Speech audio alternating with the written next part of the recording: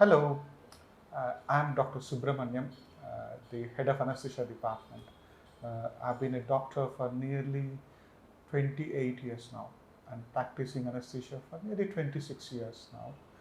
Along with me is Dr. Preetika. She will tell us about herself.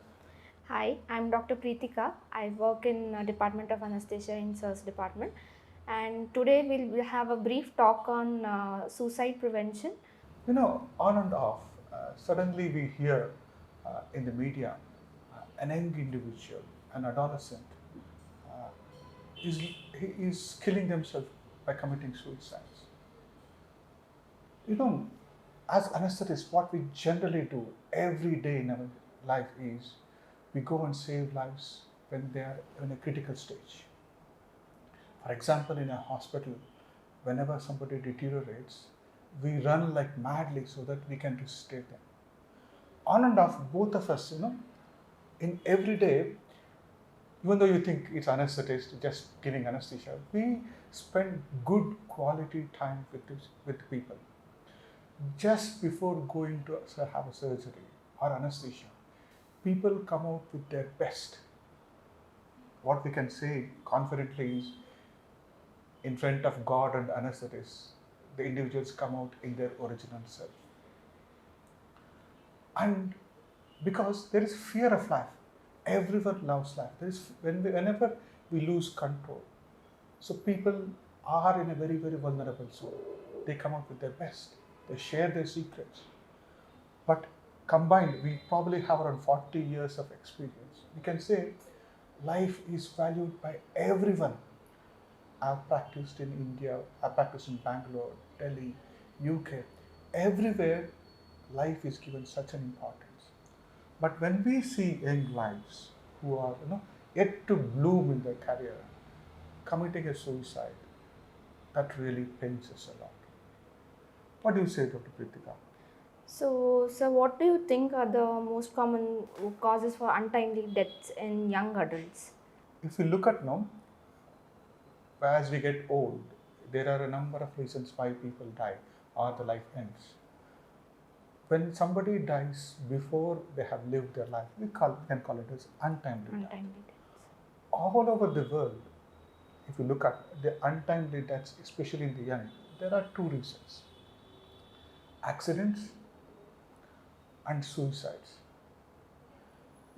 Accidents probably is slowly coming down. The reason is, I think, we have understood what causes accidents, especially road traffic accidents. Lot of changes have happened in how we design roads, how the vehicle is controlled, education about speed limits. All those things have managed to keep it a little bit low, or it is reducing. But on the other hand, if we see suicides all across the world, the rate of suicides in young is increasing, and that is really worrying. The reason I also feel is because we don't talk about it. Even if it happens, comes in newspaper, we all read, but we don't talk among ourselves. When people don't talk, we don't understand the reasons behind what is happening. When we don't know the reasons, we don't know what are the measures we have to adopt, and as a result, all across the board, I feel this the young individuals are increasingly they are committing suicides. Reason, there are several reasons, but first thing is we need to talk, isn't it? So, I wonder what's there in the young minds when they think of taking such a step. Wonderful question, Pritika. I often wonder why, what drives them to suicide. Is it lack of academic achievement, or expectations from society, or parents? All of us, at some point or the other, will face challenges, will face mountain-like challenges, which we find it's difficult to control under the weight of those expectations, under the weight of this pain. So we've often failed to see beyond what is happening. But what I feel generally is, whether it's adult or a child or a young adult, it is very important to see the bigger perspective, and we should encourage everyone to see the bigger perspective. There was an interesting incident when one of the chemistry professors. I like to tell this story because it has some lesson in it. In a class full of children, he gives a glass beaker full of water, and he lifts it up in his hand and says, "What is the weight of this?" The children say, 500 grams. Somebody says 600 grams. Now, is it hurting? No, sir, it's just 500 grams. It has no bearing. Now, next question you ask, if I continue to hold it for an hour, what happens? Everyone says, it starts to hurt your hand. Now, next thing, if I continue to hold for 24 hours, what will happen to that? Your hand will become numb, your hand will become paralyzed. I see problems, pain, dissatisfaction, unhappiness are like this glass of beaker. The more we, if you think briefly and let it go, it's not much. But if you keep on holding it, thinking about it for a day, for weeks and months, it's bound to have effect on the brain. I think one of the things what I feel is the longer we hold on to those assumptions, those pain, without sharing, without keeping it aside, so they can have an impact on the brain, and with that pressure on us, we may not see the bigger perspective. We have to encourage every child, every young adult to see the bigger perspective. Okay. Coming to impact, so what do you think is the impact of social media on young minds? What a wonderful question you have asked. A lot of times, if I look at my screen time, I'm glad it is still not in, it is in 1 to 2 hours or 3 hours. But I see young children spending a lot of time on the social media. I strongly believe this social media is a pseudo world. People put their best things there. They never put, what has happened, which is not in the bright light. So they put their picnic pictures, their boyfriend pictures, their girlfriend pictures, pictures of wonderful paintings they have, but they never share their pain, etc. As a result, we feel everyone else around us is enjoying life. But when we face the encounters, when we face the challenges, we feel, "Arre, I'm the only one." And we get into a circle or a vicious circle wherein which if we find it difficult to come out. And also I feel personally, the amount of friendship what I and you used to have, that gravity of friendship is lacking now. So people have number of contacts, but I feel ability to make close friends where you can tell anything, you can share anything. That is something which the upcoming generation is not having. I feel as a parent, as a colleague, as a brother or a sister, what I think we have to encourage children is, yes, the social media has its own pluses. We can use it as an advantage, but we should not be slave to it. We should limit the interactions, and we should start seeing the bigger perspective and use it to an advantage is different from becoming a slave of a social media, wherein which entire time is spent on that, and getting into a loop wherein which everything is artificial. Yes, right. So, do you think as a society or as parents, we are creating such tremendous pressure on these young minds where they think there's no other option than suicide? We talked about an individual who is facing enormous pressure. It could be academic pressure, it could be pressure of relationships or lack of deep relationships, feeling loneliness are all there. But as a society, we have all been fortunate, all of the grown-ups. We have mixed with the society, established society. Our parents and elders have given us the values such wherein which we can hold on to that, and we have built onto that. But these young minds, from the time they start seeing the world, we have put them on the screens, and that is not helping them.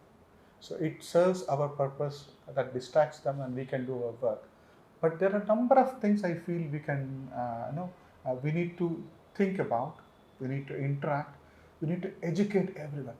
The first thing is, all these deaths, whenever it happens, we should call it preventable deaths. and I don't want to see a single death happening in this square.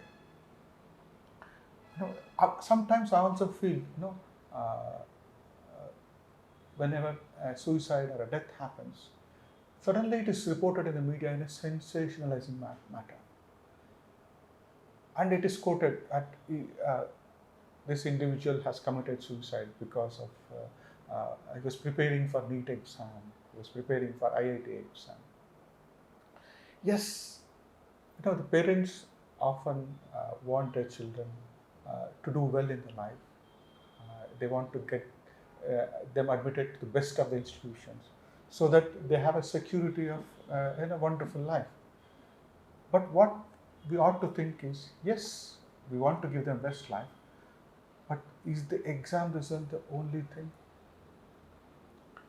What we have to focus, I feel personally feel, is at the end of the education. Education is about making him comprehensive.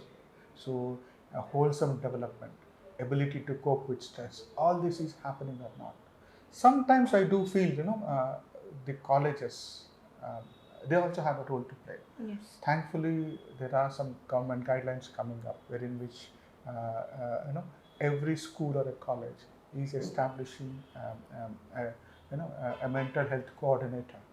Sometimes they have established counselors, but it is not universal.